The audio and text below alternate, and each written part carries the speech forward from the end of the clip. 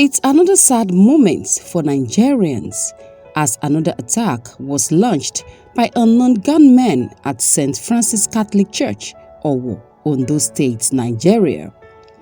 Ondo State is one of the states known to be peaceful and free of attacks. But unfortunately, the last incident in the state was horrific. Scores of people were killed, while several were seriously injured. The residents of our town are still in shock, unable to fathom what could have prompted the deadly invasion. Nigeria is bleeding, while its people are dying and mourning almost daily. The terrorists who audaciously carry out their works in Nigeria send cold to the spines of Nigerians, as many fear who the next victim could be. Several reactions have trailed these persistent attacks by gunmen in different parts of the country. There are some things that are very normal, primary things that the government needs to put in place. Failure to do that, there will be increments of crime among the youths. When we have teenagers, there is a sort of energy that pump up at a teenage age. If this energy is being pumped up and there is nothing to encourage them, look at some talent, some brilliant talent, nobody to encourage them. Look at some people that are laboring, sincere youth, sincere teenagers, no encouragement. That's another area. So when we are mentioning that the causal agents or what made us or what led us into that area, it is between you and me and the negligence of what we need to have done that we left undone. The grown-up, the politicians, we're not giving good example that would have made this youth to aspire to wants to build a nation.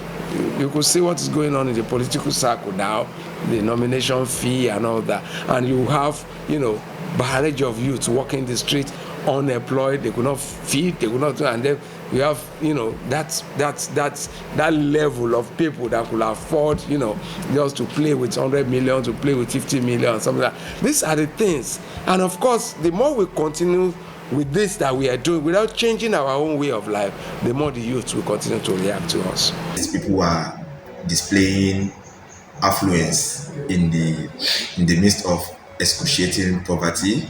So after the patience of a while, we are now seeing a reaction. So what we have now is a reaction to a lot of menace in society that has left unattended to for quite a very long time.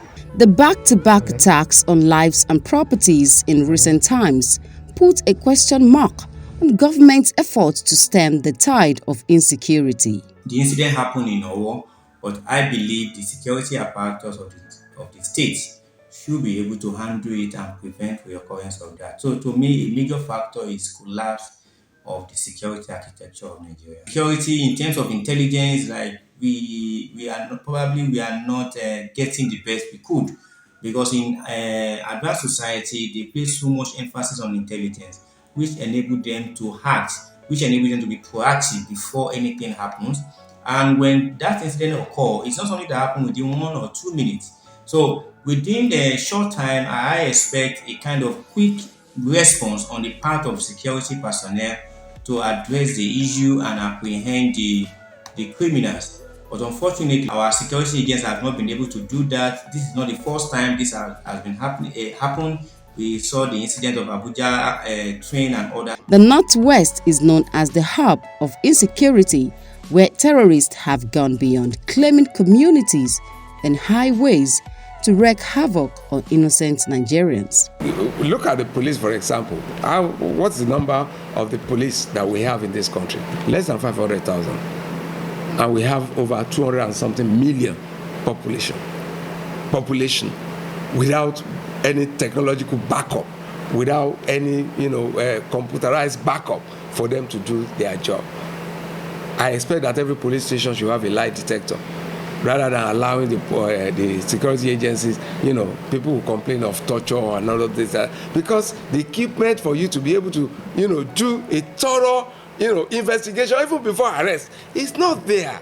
If somebody is complaining of traffic violation, for example, do we have the CCTV at that particular junction that you can play back and then show to the man, look, this is what is happening? Do you have body cameras with our security agencies that will be able to record, occurrences of crime and all that. We don't have all that. So we still depend on manual ways of policing our people.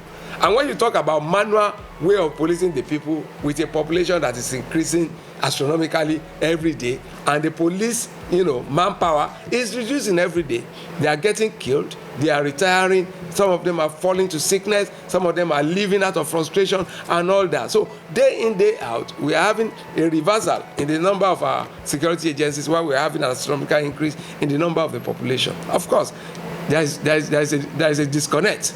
And when you have that disconnect, there is very, very little the security agencies could do. So the government needs to up its game to provide modern equipment and modern amenities that will make a single man, a single police officer, to be able to do the work of 20. The Sambisa forest is like a country on its own. How do we comb Sambisa forest? How do we know the map of Sambisa forest? These are issues. So the government should invest heavily in the things that are needed first before we can talk about human effort in curbing the crime. For me, as long as we keep negotiating with the terrorists, as long as we still giving them what they want, as long as we still being at their mercy, there's no solution in sight for these issues. How many more people do we have to lose?